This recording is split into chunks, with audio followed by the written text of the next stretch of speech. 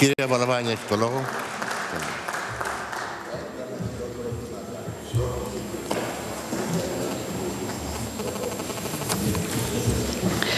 Κυρίες και κύριοι βουλευτές, θα ήθελα να υπενθυμίσω στον κύριο Παυλόπουλο που θύμισε το αυτονόητο που κυβέρνηση και Τρόικα έχουν ξεχάσει, ότι δεν μπορεί να θεωρείται από το κράτος εγκληματίας όποιος είναι φτωχός και δεν έχει να πληρώσει, την απόφαση του δικαστήριου στο μαχαγκόνι του Μπρέχτ που ξεκινάει από το ότι καταδικάζεσαι Τόμ Άκερμαν για το μεγαλύτερο έγκλημα στη γη για έλλειψη χρημάτων.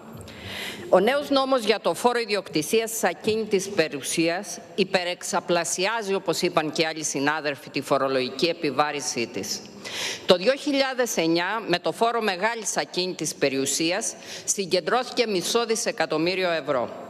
Το 2013, με τον υποτιθέμενα προσωρινό χαράτσι και το φόρο όχι πια μεγάλης αλλά απλώς ακίνητης περιουσίας, με φοροεκπιπτόμενο 200.000 ευρώ, θα κλείσει γύρω στα 2,7 δις από ό,τι φαίνεται. Το 2014, με τον έμφυα, με φορολόγηση από το πρώτο ευρώ αξίας κάθε περιουσιακού στοιχείου χωριστά, πάτε να επιβάλλετε κάτι παραπάνω από 3,2 δις. Η Ελλάδα αποτελεί μοναδική περίπτωση ευρύτατης μικρής και μεσαίας ιδιοκτησίας. Το παρόν νομοσχέδιο εξασφαλίζει μια τέτοια φορολογία, όχι διασφαλίζοντας τη φορολογία της πραγματικά μεγάλης ακίνητης περιουσίας, αλλά εξοντώνοντας τους πολλούς, διευρύνοντας τη φορολογική βάση ώστε να αγκαλιάσει το σύνολο κυριολεκτικά της μικρής και μεσαίας ιδιοκτησίας. Γι' αυτό και είναι λάθος να γίνεται σύγκριση με τον ευρωπαϊκό μέσο όρο φορολογίας επί της ακίνητης περιουσίας, όταν στη συντριπτική πλειοψηφία των κρατών μελών οι λαοί είναι νοικιαστές και ο μέσος όρος αποτυπώνει φορολόγηση της συγκεντρωμένης σε λίγους και μάλιστα κυρίως σε εταιρείες πολύ μεγάλης ακίνητης περιουσίας. Πρακτικά, πέρα από το να απαλλαγούν οι στάνες και άλλα βοηθητικά αγροτικά κτίσματα από διπλή φορολόγηση και να εξαλειφθούν διάφορα παράδοξα, όπως να φορολογείται περισσότερο ένα οικόπεδο χωρίς κτίσμα από αντίστοιχο με κτίσμα, τίποτα άλλο δεν κατάφερε η περίφημη ανταρσία των βουλευτών Νέας Δημοκρατίας και Πασόκ. Η διεύρυνση της φορολογικής βάσης που εμφανίζεται σαν κάτι το προοδευτικό είναι ακριβώς το αντίθετο. Γιατί συμπεριλαμβάνοντας πρακτικά τα πάντα ανακίνητο, χωρίς αφορολόγητο και πραγματικά προοδευτική φορολογική κλίμακα, θέτει σε τροχιά δίμευσης μια μικρή και μεσαία ιδιοκτησία που ανεξάρτητα αν δημιουργήθηκε ως αποτέλεσμα δουλειάς μιας ζωής ή κατά την πρώτη δεκαετία του 21ου αιώνα της υπερχρέωσης για μια ζωή ή ως κληρονομικό δικαίωμα των παιδιών της λαϊκής και μικροαστικής οικογένειας, υποκαθιστούσε τις εξαιρετικά περιορισμένες συγκριτικά με τις χώρες του ευρωπαϊκού πυρήνα και σήμερα σε ερείπια κοινωνικές λειτουργίες του κράτους, πριν απ' όλα στον τομέα της στέγασης.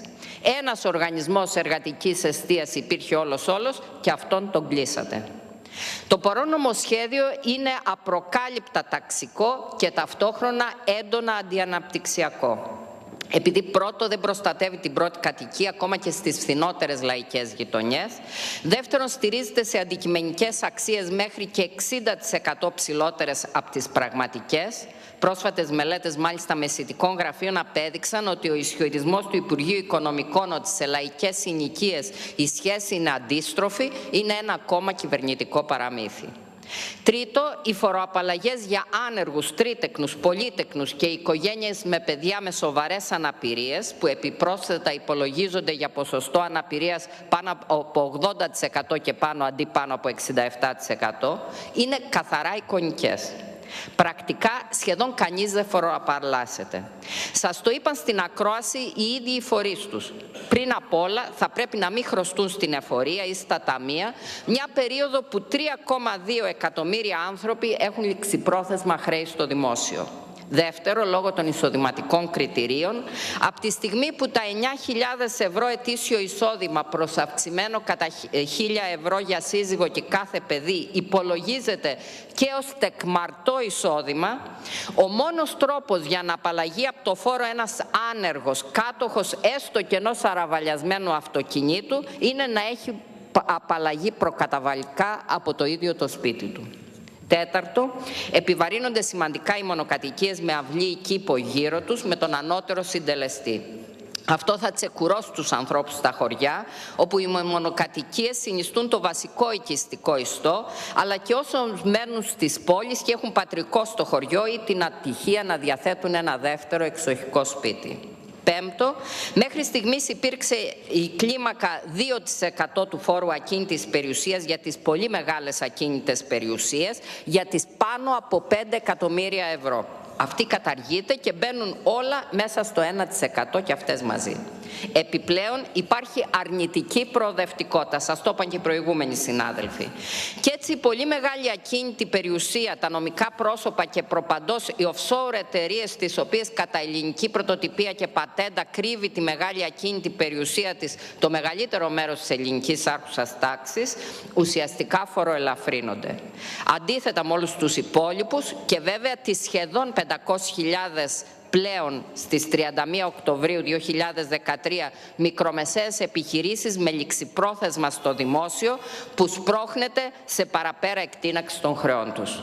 Έκτο, δεν φτάνει που απαλλάσσει από το φόρο όλα τα ακίνητα με σύμβαση παραχώρηση που έχουν κυρωθεί από τη Βουλή και θα παρακαλούσα πάρα πολύ τον κύριο Υπουργό να μας διευκρινίσει την ομιλία του σε ποιες ακριβώς συμβάσεις αναφέρεται.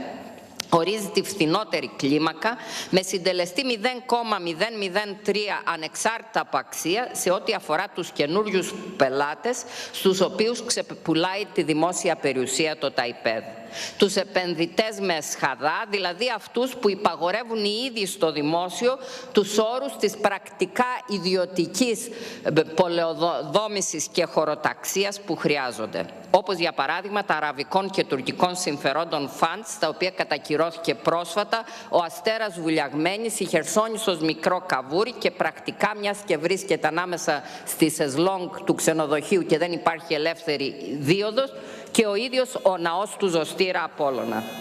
Μαζί και με τη δυνατότητα που εμφανίστηκε ξαφνικά πριν το τέλος του διαγωνισμού από 6.500 τετραγωνικά μέτρα που προβλεπόταν στους όρους του να οικοδομηθούν 39.500 τετραγωνικά μέτρα πολυτελών ατομικών κατοικιών σκανδαλωδώς φοροελαφρυμένες στο πλαίσιο του ΕΝΦΙΑ.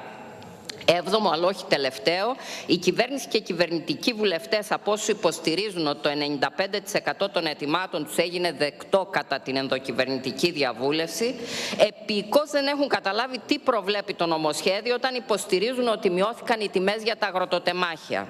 Ενώ η τιμή βάσης μειώθηκε κατελάχιστο, το γεγονός ότι οι μονοετείς καλλιέργειες που καταλαμβάνουν τη μεγάλη πλειοψηφία των καλλιεργούμενων εκτάσεων και στο πρώτο σχέδιο είχαν συντελεστεί 1, εξομοιώνονται στο παρόν νομοσχέδιο με τις δεντροκαλλιέργειες με κοινό συντελεστή 2, διπλασιάζει την επιβάρυνσή τους και δημιουργεί τέτοιες καταστάσεις ώστε οι επιδοτήσεις σε αρκετές περιπτώσεις να είναι χαμηλότερες από το φόρο. Αυτό σε μια περίοδο εγκατάλειψης της γης λόγω κυρίως του ψηλού κόστους καλλιέργειας, μαζί και με την υπερφορολόγηση των αγροτικών σπιτιών, λειτουργεί ως αντικίνητρο ανάπτυξης. Σε μια περίοδο που άνεργοι των πόλεων βλέπουν την αγροτική οικονομία ως σανίδα σωτηρίας, οδηγεί σε διεύρυνση της εγκατάλειψής της από ενεργούς αγρότες.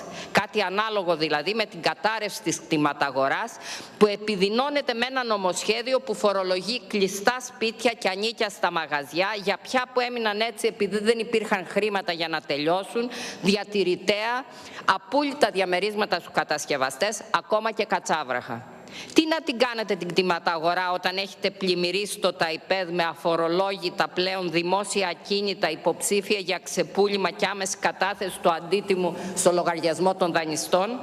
Μόλις του περάσατε πάνω από 400 τέτοια ακίνητα από την ΕΤΑΔ, ανάμεσά τους δεκάδες νεοκλασικά του Υπουργείου Πολιτισμού στην Πλάκα και απέραντες παραλίες πρακτικά σε όλα τα νησιά και στα ομορφότερα μέρη της υπηρετικής Ελλάδας. Ολοκληρώνω, κύριε Πρόεδρε. Όσο για τη μείωση του φόρου μεταβίβασης, διαβάστε όλο τον οικονομικό τύπο που λέει ότι είναι μέτρο για να διευκολύνεται τα ξένα φαντ στη ρευστοποίηση της περιουσίας υπερχρεωμένων νοικοκυριών και επιχειρήσεων. Γι' αυτό ακριβώς και η Τρόικα πιέζει για την απελευθέρωση των πληστηριασμών. Η μόνη λύση τελικά για τη μικρή και τη μεσαία ιδιοκτησία είναι ένα μεγάλο αφορολόγητο σε πραγματικές τιμές που από κάτω του να μπορεί να περάσει αυτού του μεγέθους η ιδιοκτησία, ώστε να μείνει για φορολογία μόνο η πραγματικά μεγάλη ακίνητη περιουσία και βέβαια τα εισοδήματα από τα ακίνητα. Σας ευχαριστώ πολύ. Ευχαριστούμε και εμείς. Ο κύριος Σουφουνάκης έχει το λόγο. Μετά είναι ο κύριος Κουίκ.